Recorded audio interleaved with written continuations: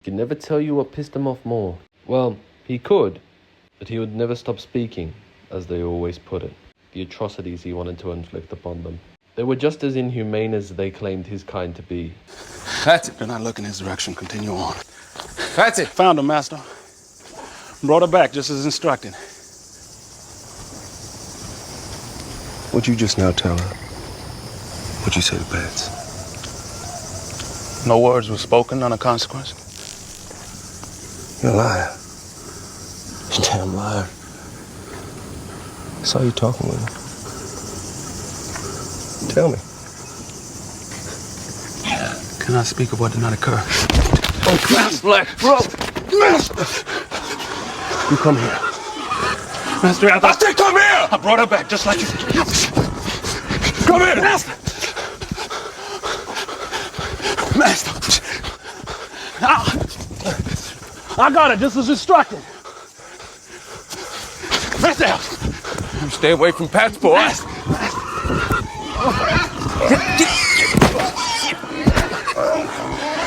Master out.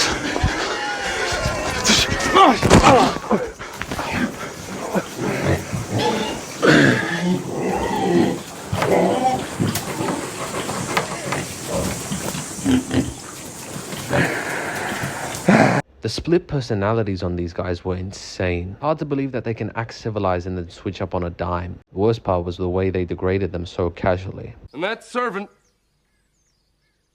which knew his Lord's will,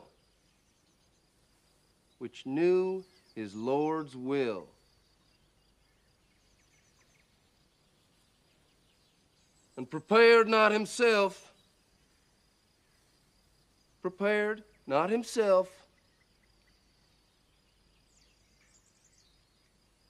neither did according to his will, shall be beaten with many stripes. Did you hear that? Stripes.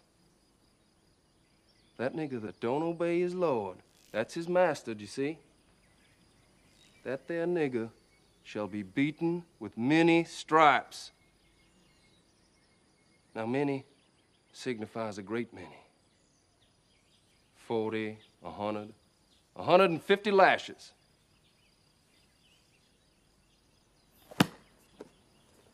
That's scripture. He never understood why his people willingly obeyed. They were treated like they were nothing. So why feed the massacre if it was just going to endanger their children? This he never knew, as he looked on at two people going through that exact same pain, trying to cover for each other, but it was never enough in the end. It was singled out and humiliated. I went to Master Shaw's plantation. You admit it? Yes, freely. And you know why? I got this from Mrs. Shaw. Mrs. Epps won't even grab me no soap to clean with.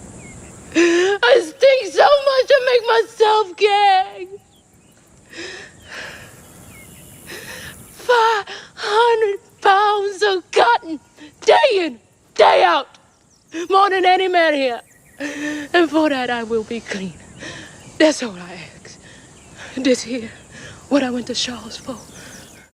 But the abuse of the tyrants only guaranteed one thing, his own heart darkening deeper, as he clenched his fist thinking of all the inhumane things he wanted to unleash upon them, fueling the red raging hue of the Crimson Killer, the thing that disfigured every powerless man into a venom-spewing monster. And to see their families, disgrace their children for not serving these inhumane beasts, disgrace their own blood, the people at the beginning of their lives that swore to take care of them no matter what.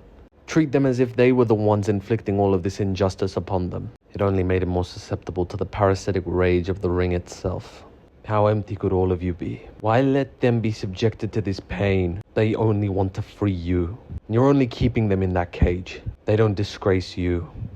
You only disgrace yourselves. So why don't you try stepping up to them? If you're so sure about this, try to attack them right now. I dare you. It won't end our pain.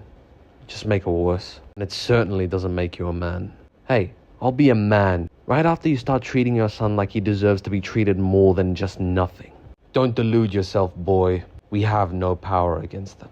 Don't ever let me see you enable your daughter to be treated like that again. Otherwise, it isn't them that you have to worry about oppressing you. Did you really just threaten your own kind? And you're saying we should be ashamed? They are your children. Don't you ever be so heartless again. The young boy then ventured off into the woods to check on the two children. Jamari just had his hope stripped away from him, as Amore tried her best to comfort him. A sight for sore eyes that was full of hope, and a rebel that always fought for what was right. Their impossible aspirations for better times had awoken the weapons of willpower and hope. Regardless of the harsh reality, there's a lot more than just rage leading the story right now. During this whole stalemate, there is much pain to be shown from the side of the oppressors, believe it or not, as people among those abusers shunned the nightmare that had been inflicted upon the voiceless. Such a person was Alexander Augustus, and his hatred towards the oppression itself caused a rift between him and his family, leading up to the boy being sent into an exile with Rashad, the brother of Jamari that was kicked out and humiliated just because he was standing up for the oppressed. He was a hero. The events of that day were falsified, framing him as the undeserving villain. By complete coincidence, Alex had ran into Rashad one day, and it was pretty evident it was to the dismay of Rashad himself.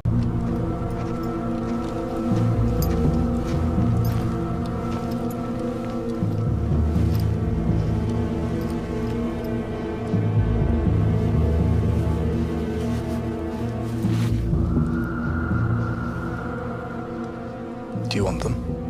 Why are you doing this? Don't be so quick to judge me.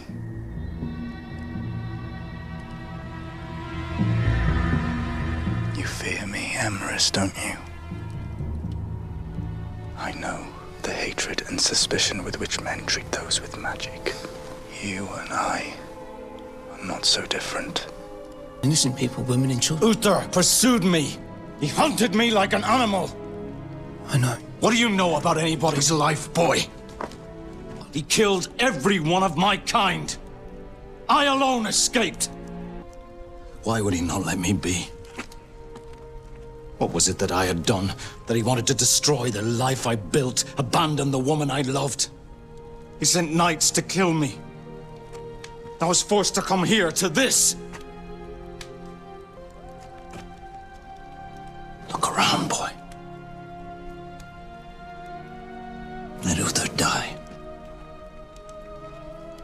Let Camelot fall.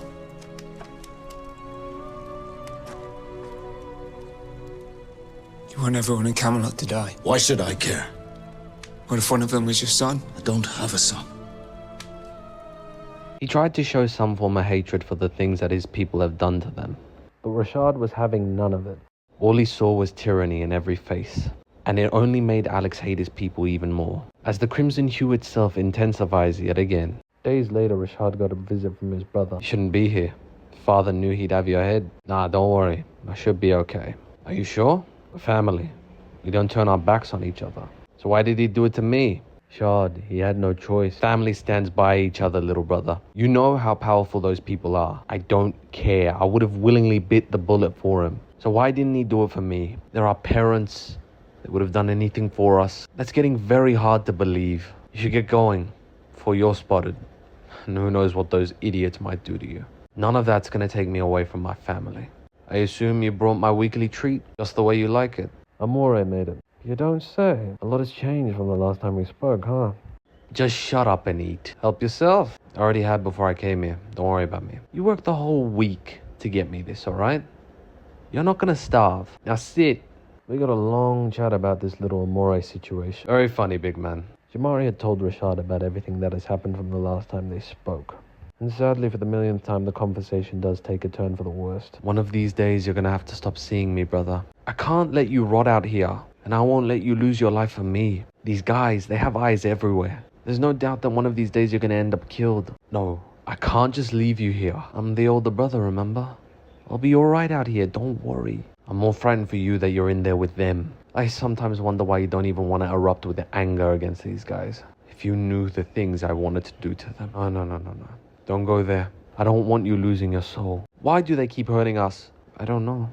But if you bark back, it makes you no better than them. Please, Umaga. Don't let the innocent heart that Amore sculpted be all for nothing. I just want you back. It's all I've ever wanted. You'll get that wish. I promise, brother. I will scratch, claw, and skewer them if that's the way to stop it. You can't lose your soul. Please don't become a monster. It's the only way to stop them, little brother. The only way that a future with you and Amore together is possible. And I will not let them take her from you. There's nothing we can do. They're always going to have the power in the end. We're just defenseless to stop it. Believe me, little brother, you'd be surprised how this world can turn around. But like I said, I promise, one day you're gonna be free. I'm gonna make sure I live to see that day.